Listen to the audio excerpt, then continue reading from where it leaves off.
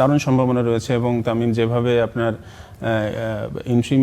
থাকা অবস্থায় এখনও যে ভূমিকাগুলো পালন করছে যেটা খুবই প্রশংসনীয়।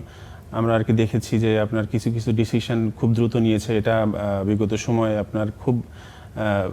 অনেক অনেক ডিলে হয়েছে, যেটা আপনি ধরেন প্লেয়ারদের জন্য এবং দেখেছি দর্শকদের জন্য এবং